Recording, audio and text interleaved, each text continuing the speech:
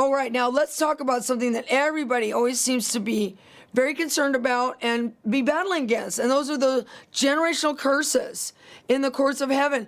How can we break them and have them broken forever? Do they come back? How does it work? Speak into that. When you say come back, I want to touch that in just a moment, but because I just recently had something that kind of happened, and I felt like the Lord gave me some wisdom concerning it. But let me just mention, I've been in the courts, obviously many times, dealt with several different issues in my life, in my bloodline. But the two main issues I dealt with was covenants with demons that was in my bloodline. That I didn't make them, but somebody in my bloodline did make a covenant with demons. And then iniquity that the enemy uses as a legal right, which basically just a really good definition for iniquity is just sin in your history, sin in your ancestry that someone operated in. Well, those two main things, when those things were removed and judged as illegal in my life, it brought me into some very significant breakthrough. The first one that happened was when, we were just being devoured left and right. And I think that this happens to a lot of people. You pretty much name anything that was going on, it was happening. I tell people, I said, I will compare my horror story with just about anybody's. We were in a really bad place, and I'd been a man of prayer since 1980, and I couldn't get it stopped.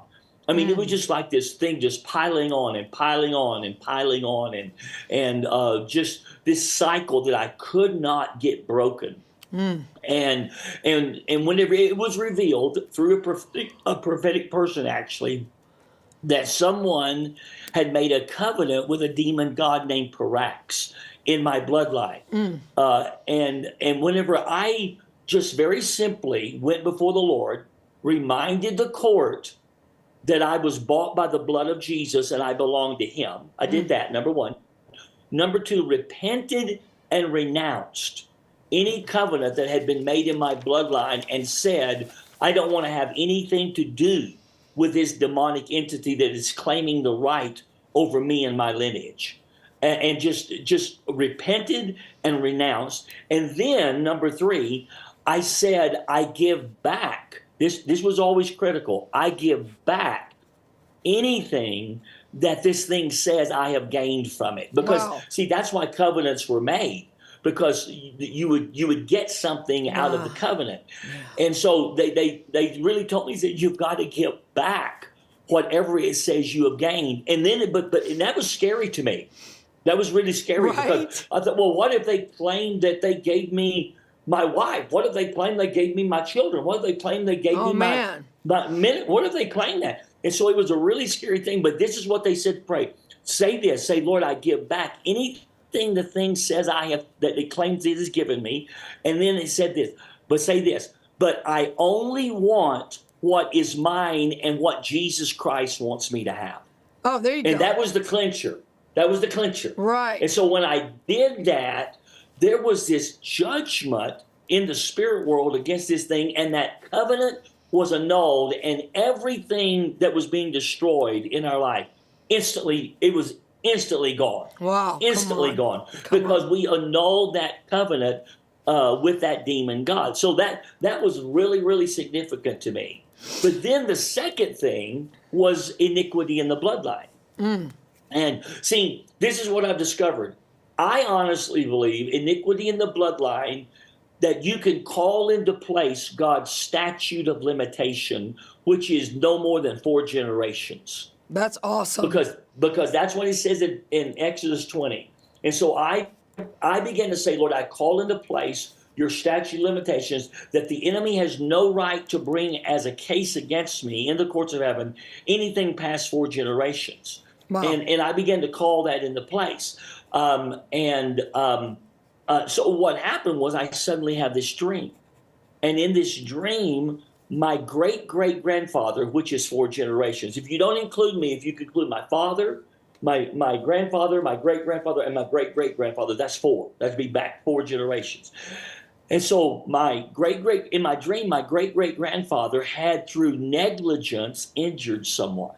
And that's what I knew. And that there was a present day judgment against me because of what he had done. Wow. Well, when I woke up, I was it was such a powerful dream. I thought it was like real in the natural, that there was a judgment against me in the natural. But then when I got awake, I realized, wait, this is the court of heaven. This is something. So I got up and I began to pray, and I began to ask that and repent that anything that he did, because the Lord said to me, he said, your great great grandfather, through negligence, he said he stole the dreams away of someone else. Wow. Therefore, the enemy has claimed the legal right to steal your dreams away. Oh my gosh. And I'm telling you, when I repented of that and broke that, everything shifted in my life. So between those two, annulling the covenants and cutting off the legal claims from iniquity in the bloodline, when those two things were done, my life, but see, what had happened in my life, it was a constant sense of delay. I had prophetic words God had given me. I could not see them come to pass.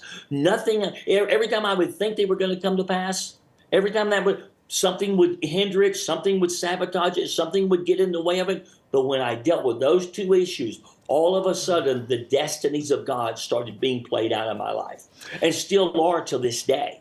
Wow. And so those are two huge things that I dealt with in the courts of heaven to get free and to be able to come into the levels of breakthrough that we've seen. Okay, so just to prove that this is real, the first time I heard Robert teach on these two precepts, I was listening to the teachings and I went into a holy trance. That's not a New Age word. It's used repeatedly in the Bible. I went into a holy trance and I saw pictures, Robert. I saw pictures. They were black and white. And the people dressed in them, they were like my ancestors. There were like 4 of them. And you could tell they were my ancestors because the way they dressed was old style dress. And they went shuffling in front of me like this as they were being brought into the court. And when I came up from that, I knew I was dealing with covenants they had made and iniquities in my bloodline. And from that moment on, things that I could not break through, stuff that's destiny stuff that I'm, even like you just said, getting in return today, getting blessed with, started happening. But it started happening as soon as that was taken care of, those two things. Yes, those two things are huge issues. I mean, we can talk about word curses, which is the whole issue that we were speaking of earlier. We can talk about a lot of different things, but those two issues in our bloodline, which are the generational curses connection, if we can get those undone and get those dealt with, it's amazing the freedoms and the liberties that we can see. Just yesterday, my daughter, I mean, we just live this stuff, Katie. I mean, my daughter, I do a bloodline cleansing online once a month. Yeah. Just to show people how to do it, and that it's not as hard as you think it is. Because if I can do it, anybody can do it. Right. And so I was just gonna do it. My daughter said, "Could you do my husband or my son-in-law, which his name is Wayne?" And so we just went into the courts of heaven to do that. But this was the thing. Before Sarah had already asked me if I would do this for her husband. Okay. So she didn't know that we were going to do it. This was like at this taping. This was like, or today. No, we're not taping yesterday. At this happening, it was yesterday. Yesterday morning, she had a dream, and she didn't know we were going to do the bloodline cleansing. And in her dream, there was a warrant out for her husband's arrest. Oh my gosh! And when she told me that, I said, Sarah, that's there's something claiming a legal right that is claiming it has a legal right to arrest Wayne and keep him out of the destiny. So we went into the courts of heaven, dealt with several different issues, and feel that something shifted and that we annulled that warrant that was for his arrest in the spirit world. Isn't that amazing? I needed you when I was on the streets and I had all those warrants against me. In the natural. Well, you know what the Lord showed me to do, Katie, on that one? I mean, we dealt with some issues of senses of of unworthiness and condemnation, dealt with some of that. But then right at the end, the Lord said to me, if there's a warrant out for his arrest, that means in the spirit world, that means that there's something chasing him. And the Lord said, you need to call into remembrance his baptism, his water baptism. Because what water baptism does, it repositions us in the spirit world. It's legal activity. Wow. And so I said to him, I said, Wayne, you've been water baptized. He said, yeah. I said, then we call into account and into record in the courts that you are water baptized and that you have passed from death into life. Wow.